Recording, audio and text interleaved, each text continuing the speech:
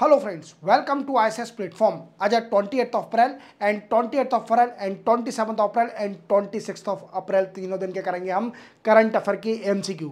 देखो दोस्तों, ये पहली बार हो रहा है कि मैं 3 दिन के MCQ आपको एक साथ करा रहा हूँ, क्योंकि क्या है कि देखो मैं इंडिविजुअली पढ़ाता हूँ और मैं सोचता हूँ कि आपको हर चीज़ की नॉलेज मिल सके, इवन एक एक पॉइंट की जिसमें आपके एग्जाम में कोई भी प्रिपरेशन से हिंड्रेंस ना हो पाए। तो मेरे पास टाइम की शॉर्टेज होती है, तो इसलिए बट मैं कराता जरूर हूँ। क्लियर? चलते अपन वीडियो स्टार्ट करते हैं without wasting time. Which state host Bharat summit 2025? ये पूछ रहा है कि बताइए कौन सी स्टेट भारत समिट 2025 होस्ट करा रही है। तो वो है तेलंगाना। और तेलंगाना के सीएम कौन है? नाम याद रखना, सीएम रेवंत रेड्डी। कौन है? रेवंत रेड्डी सीएम। और ये कौन सी पार्टी से है? कांग्रेस की गवर्नमेंट है तेलंगाना में। बट क्वेश्चन ये बनता है कि सर इस समिट में हो क्या रहा है? तो इस समिट में 450 delegate from 100 countries participate. Clear? देख रहे हो आप कि है ना, इसके अंदर 100 कंट्री से 450 डेलीगेट ने पार्टिसिपेट किया है। इवन इसमें डिस्कस क्या किया? Discuss on democracy. किस पर? डेमोक्रेसी। Then after pluralism. ये क्या होता है प्लूरलिज्म? बताता हूं अभी आपको। Then after justice. ये 3 पॉइंट पर डिस्कस किया गया। अब प्लूरलिज्म क्या होता है? देखो आप जानते हो कि प्लूरलिज्म का मतलब होता है कि इंडिविजुअली और मिलके काम करना। क्लियर? और देन आफ्टर एक और है multilateralism.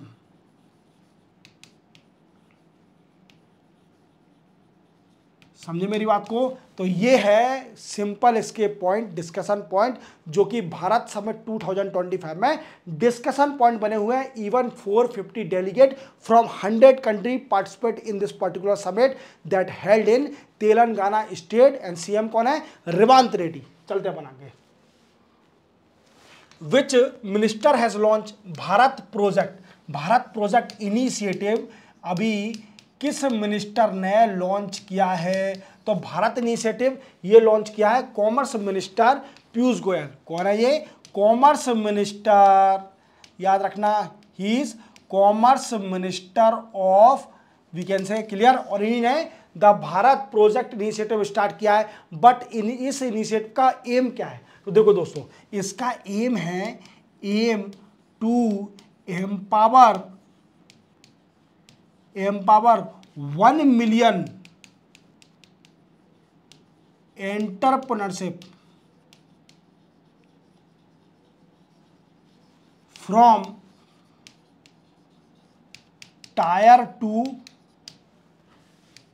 Tyre 3 cities and rural area.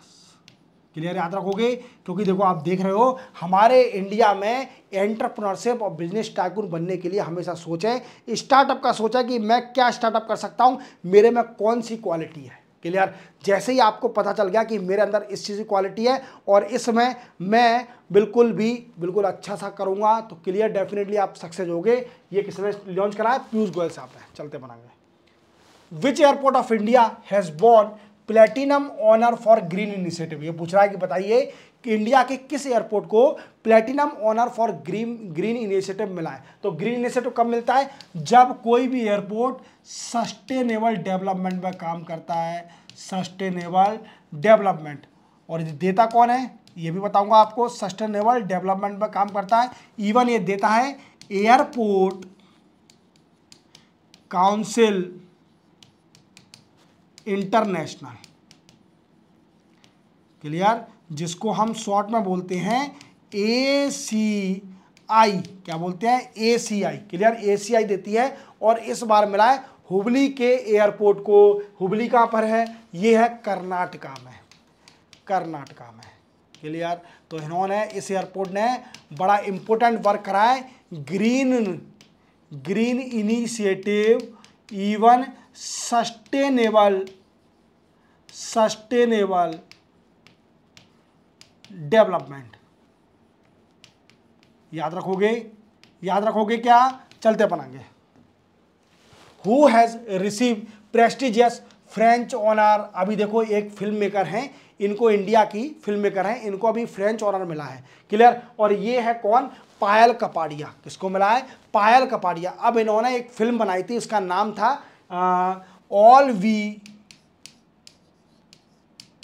Imagine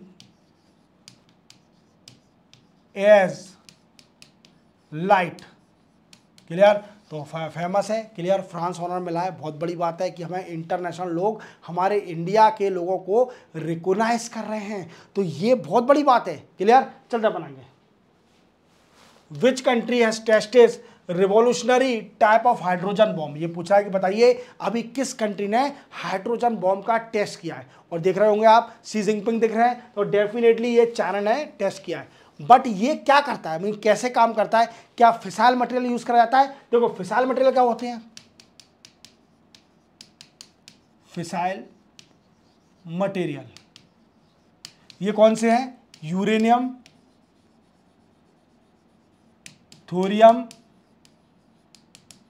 देखो आपको याद तो होगा कि न्यूक्लियर रिएक्टर क्या है, न्यूक्लियर रिएक्टर। न्यूक्लियर रिएक्टर में हमेशा यूरेनियम का यूज करा जाता है, फिसाइल मटेरियल का यूज करा जाता है, क्लियर। अब ये कैसे काम करता है, तो देखो ब्रेक करते हैं, फिर उसके energy we can say energy release करता है, that is called a fissile material, clear. इसका अपोजिट क्या होता है, फ्यूजन प्रोसेस, जो कि अपने सन पे होती है फ्यूजन प्रोसेस, क्लियर। और फिसाइल मटेरियल जो फिसाइल प्रोसेस होती है, फिजन प्रोसेस, वो होती है न्यूक्लियर रिएक्टर में। बट ये इसका यूज नहीं करता यूरेनियम थोरियम का, ये ज्यादा पावरफुल है, ये यूज करता है we can say magnesium hydride, magnesium hydride based ignition, clear. इसका यूज करके, और इवन हाइड्रोजन बॉम्ब इतना पावरफुल होता है और सारे वर्ल्ड ने इसका क्रिटिसाइज किया है, बिकॉज चाइना ये गलत कर रही है। वी कैन से आप जानते हो कोई भी टीटी है, कई सारी टीटी है, मैं आपको आगे बताऊंगा फ्यूचर में, क्लियर। तो कई सारी टीटी है ऐसे। अभी ईरान में क्या हुआ, ईरान में जो केस हुआ वो क्या कर रहे थे, वो न्यूक्लियर का एनरिचमेंट कर रहे थे। न्यूक्लियर का एनरिचमेंट कारण ये क्या हुआ, फिर P5+1 की मीटिंग हुई, even joint comprehensive action plan भी आया, जिससे रोका गया ईरान को कि आपके ऊपर कई सारा सैंक्शन भी लगाया गया। तब ईरान मानी कि हाँ हम नहीं करेंगे अब यूरेनियम एनरिचमेंट। अभी भी at present Iran uranium enrichment 60% कर रही थी। फिर से मीटिंग हुई, सेकेंड मीटिंग, 2 बार मीटिंग हो गई यूएसए के साथ ईरान की। पहली हुई थी ओमान में और दूसरी होनी है रोम में, याद रखोगे। चलते अपन आगे। Which one is India 107 national park located in Orissa. देखो क्या हुआ है कि उड़ीसा गवर्नमेंट ने अभी एक सेंचुरी है वहां पर जिसको नेशनल पार्क घोषित कर दिया है, इवन डिक्लेयर कर दिया है, तो वो है सिमलीपाल। कौन सा, सिमलीपाल नेशनल पार्क बन गया है और ये इंडिया का 107 नेशनल पार्क बन गया है। इवन उड़ीसा का सेकंड नेशनल पार्क बन गया है। क्या, उड़ीसा का सेकंड नेशनल पार्क बन गया है। बट अब क्वेश्चन बनेगा कि सर ऐसा तो जाने नहीं देंगे आपको, आप फर्स्ट ही बताइए। तो देखो फर्स्ट है भितरकनिका नेशनल पार्क। कौन सा है, भितरकनिका नेशनल पार्क फर्स्ट है उड़ीसा का। और second national park we can say कौन सा है, सिमलीपाल, याद रखना। देखो एक और बात याद रखना, अब आपसे क्वेश्चन याद रखना है कि उड़ीसा में सिर्फ ओनली 2 ही नेशनल पार्क है, क्लियर। चलते बनाएंगे। और ये कौन सा बना है, 107 national park. Ministry of health emphasise fire safety week from which date, ये शायद रिपीट हो गया, चलो फिर से बता देता हूँ। 21 और 25 अप्रैल को ये फायर सेफ्टी वीक वीकेंड से ऑब्जर्व किया गया। इससे क्या होगा, देखो आप जानते हो कि अभी कई सारे केस हुए थे जो हॉस्पिटल में आग लग गई थी, क्लियर, फायर हो गई थी। तो इस वजह से क्या हुआ कि कई सारे बच्चों की मृत्यु भी हुई है, कई सारे पेशेंट की मृत्यु हुई, इवन कई सारे जल गए जिंदे ही। तो ये सिक्योर करने के लिए कि हमारी जो फायर ब्रिगेड है वो तैयार रहे, ऐसा अगर कोई भी इंसिडेंट होता है तो वो तैयार रहे इस सिचुएशन से। तो क्या एक वीकेंड से फायर वीक बना दिया, फायर वीक ऑब्जर्व कर दिया, जिसको 21 अप्रैल से लेकर 25 अप्रैल तक वी कैन से ऑब्जर्व किया गया। इसमें एक्सरसाइज करी गई कैसे अगर कोई सिचुएशन ऐसी आ जाती है तो हम कैसे निपटेंगे, वो ओल्ड क्वेश्चन है, मैंने और डिटेल में प्रीवियस सेक्शन में बता दिया है। Which bank of India celebrate 131st foundation day on 12 अप्रैल 2025। ये पूछ रहा है कि बताइए किस बैंक ने अभी अपना 131वां मतलब 131st फाउंडेशन डे बनाया है ऑन 13 अप्रैल 2025। तो ये बैंक कब सेटअप हुई थी, ये सेटअप हुई थी 13 अप्रैल 1895। क्लियर, 1895 में ये सेटअप हुई थी। देख पा रहे होंगे पंजाब नेशनल बैंक है, और पंजाब नेशनल बैंक को तो बच्चा बच्चा जानता है क्योंकि यहाँ से नीरव मोदी और मेहुल चौकसी इन्होंने बड़ा कांड किया। इवन इकोनॉमिक ऑफेंडर इंडिया में ये देश छोड़ के भाग गए हैं, पीएनबी का बड़ा पैसा लेके लूट गए। ठीक है, चलते अपन आगे। What is the rank of Indian Institute of Science Institute as per the Times Higher Education Asia University Ranking 2025। देखो अभी देखना, हमारी एक इंडिया की यूनिवर्सिटी है जो कि नंबर 1 आई है। वी कैन से नंबर 1 तो एशिया में नहीं, इंडिया में नंबर 1 है। क्लियर, हालांकि कई सारी यूनिवर्सिटी आई हैं, और अगर एशिया में देखा जाए तो उसकी रैंकिंग क्या है, तो एशिया में उसकी 38th रैंकिंग। और कौन सा है, Indian institute of science, Indian institute of science, और ये कहां पर है, बेंगलुरु में। कहां पर है, बेंगलुरु में, याद रखना। क्लियर, चलते अपन आगे। Which force of India is conducted exercise आक्रमण। देखो अभी आप जानते हो कि पाकिस्तान से चल रहा है और हमारी इंडिया की डिफेंस फोर्स पूरी तैयार हो रही है। इवन कोई कैजुअलिटी ना हो, इवन पाकिस्तान का कोई भरोसा नहीं है, पाकिस्तान बर्बाद है। वो चाहती है कि इंडिया ही बर्बाद हो जाए, तो हमारी इंडिया पहले ही प्रिपेयर हो रही है, और कुछ भी हो सकता है, इंडिया कुछ भी कर सकती है। क्योंकि जो हुआ है अभी पहलगाम में, जो किया है पाकिस्तान ने और टेररिस्टों ने, वो गलत किया है। इवन इनोसेंट लोग थे, इनोसेंट लोगों को मारा है। और मैं आपको फिर से बता देता हूँ, जो भी पाकिस्तानी हो तो देखो हमारा जम्मू कश्मीर इंटीग्रल पार्ट है इंडिया का, इस बात को ध्यान रखना। और पीओ की भी जल्दी ले लेंगे तुमसे, इस बात को भी ध्यान रखना। क्लियर, जल्दी आने वाला है पीओ की इंडिया में। क्लियर, तो क्या है कि अभी डिफेंस हमारी जो एयर फोर्स है वो तैयार हो रही है कि कुछ भी अटैक करने के लिए। तो क्या है कि आक्रमण एक्सरसाइज, देखो पहले चेक करना पड़ता है कि हम तैयार है कि नहीं है। तो ऐसे ही नेवी भी कर रही है, एयरफोर्स भी तैयार हो रही है, और इवन आर्मी भी तैयार हो रही है। तो ऐसे ही एयरफोर्स ने अभी एक एक्सरसाइज करी थी जिसको बोलते हैं आक्रमण। अब ये एयरफोर्स ने करी थी और इसका मेन मोटिव था मिलिट्री ड्रिल। अब ये कैसे कि we can say air force target कर सके, target in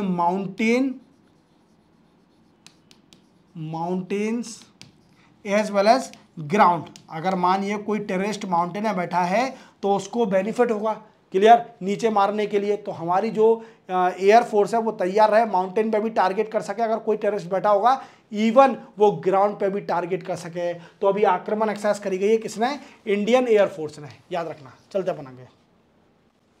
which ministry has launch HELD initiative for liver disease. देखो अभी अमित शाह जी ने अभी एक हेल्ड इनिशिएटिव स्टार्ट किया फॉर लीवर डिसीज। और जैसे जानते हो आप कि लीवर अभी डे था, क्लियर, तो लीवर डिसीज के लिए अभी हेल्ड नाम से एक इनिशिएटिव स्टार्ट किया है। अब हेल्ड का फुल फॉर्म क्या है, अमित शाह जी ने लॉन्च किया, जो कि यूनियन होम मिनिस्टर है। और हेल्ड का फुल फॉर्म है healthy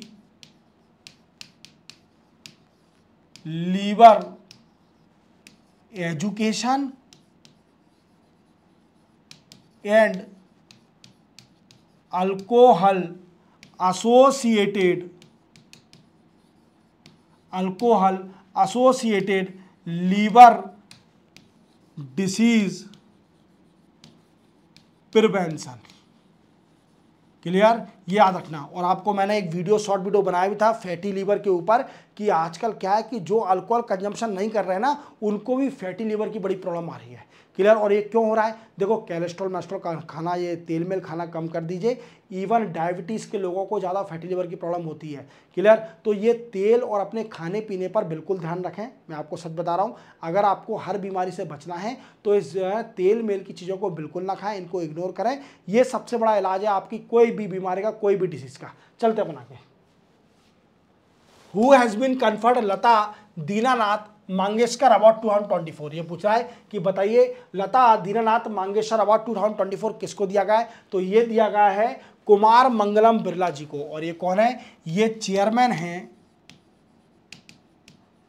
chairman of Aditya Birla group के। किसके?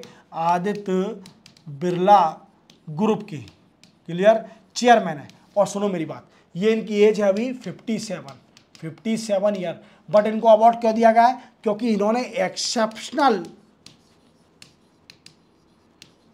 Contribution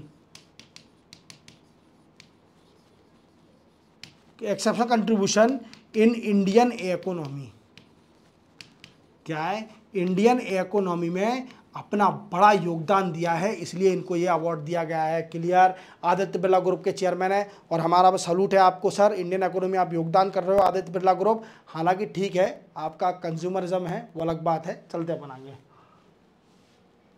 how many Rafale marine jet to be imported from France and India as per approval by defence acquisition council. देखो डिफेंस एक्विजिशन काउंसिल है, कुछ time पहले मैंने आपको बताया था कि 26,000 करोड़ रुपीस अलोकेट कर दिए थे, किस लिए?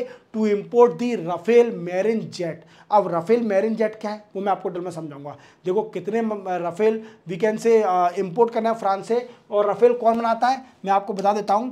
राफेल बनाने वाली कंपनी का नाम बताता हूं, जिसका नाम है डसॉल्ट एविएशन। क्या नाम है? Dassault aviation. Dassault aviation Rafale aircraft बनाती है। क्लियर? और इसी के साथ कितने इंपोर्ट करना है? तो वो इंपोर्ट करना है 26, जिसमें से 22 नेवी के लिए होंगे, 22 नेवी के लिए नहीं, सॉरी 22 सिंगल सीटर होंगे, सिंगल सीटर। और जिसमें से बचे कितने? 4 राफेल होंगे डबल सीटर। कितने? 4 डबल सीटर, याद रखोगे, डबल सीटर। क्लियर? याद रखना। चलते अपन आगे। Which day observe world malaria day 2025। World malaria day किस दिन ऑब्जर्व किया जाता है? देखो मलेरिया से बचना है, ये मलेरिया बहुत गंदी बीमारी है, इवन कई लोगों की मृत्यु हो गई है मलेरिया से। तो मलेरिया से कैसे बचाएगा? और ये दिन को वीकेंड से ऑब्जर्व किया जाता है कि लोगों को मलेरिया की अवेयरनेस बढ़े, लोगों को पता चला कि बीमारी हमें बच के रहना है। और ये होती है मॉस्किटो से। बिल्कुल, हमें मॉस्किटो से कई सारी बीमारियां हैं और इवन मृत्यु भी हो गई है कई लोगों की, तो हमें बचा के रखना। मलेरिया को दिन ऑब्जर्व किया था 25 अप्रैल को। 25 अप्रैल को। इवन इसकी 2025 की मैं थीम बता देता हूँ। इस बार थीम थी एंड मलेरिया विथ अस री इन्वेस्ट री इमेजिन एंड वी कैन से री इग्नाइट। क्लियर? ये थीम थी। चलते अपन आगे। Visit is observe as international delegation day 2025। ये पूछा है कि इंटरनेशनल डेलीगेशन डे 2025 किस दिन ऑब्जर्व किया था? तो ये ऑब्जर्व किया था 25 अप्रैल को। 25 अप्रैल को इंटरनेशनल डेलीगेशन डे ऑब्जर्व किया था। डेलीगेशन क्या है? देखो डेलीगेशन का बहुत बड़ा कंट्रीब्यूशन होता है किसी भी देश के दूसरे देश से रिलेशन बढ़ाने में।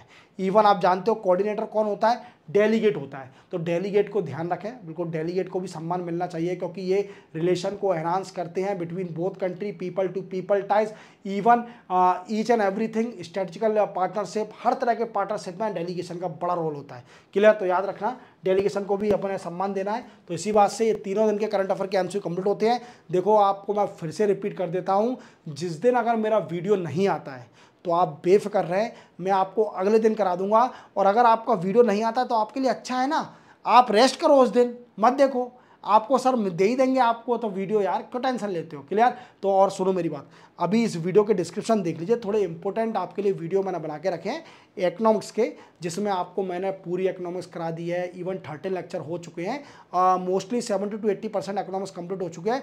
बड़े इंपॉर्टेंट वीडियो हैं, देख लीजिए, आपकी इकोनॉमिक्स स्ट्रॉन्ग हो जाएगी। क्लियर? मिलते हैं हम कल, तब तक के लिए जय हिंद।